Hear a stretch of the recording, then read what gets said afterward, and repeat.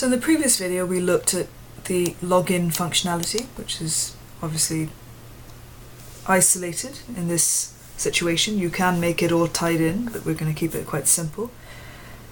And in this video we're going to look at creating a search feature, as you would in any dating site. So for instance, you might say, I would like to search by gender.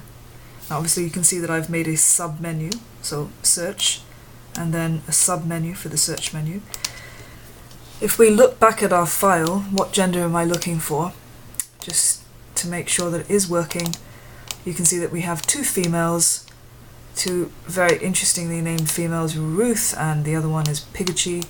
We have two males, Jonathan and Joe. So if I search for male, and I type that in correctly, so let's type it in correct, it should present me with the two male individuals in my database, which are Jonathan and Joe Blogs. Again, if I search for female, it should give me, as it does, Ruth and Piggy Pot, which is my second female. So let's have a look at the code for this. Scroll past our register and login screen. Feel free to pause if you want to look back at any of those things. Now, our search function begins with a sub-menu, and obviously we have the selection, the if, elif statements, which allow us to further choose from this sub-menu. We first define the gender function. It's very simple. All you're doing is with open, you open your dating file in the read mode. You ask for the user input, and we're storing it in a variable called gender.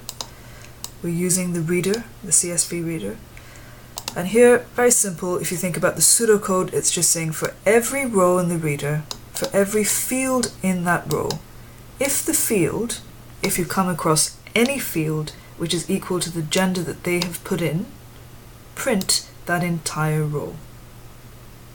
So think about what that means.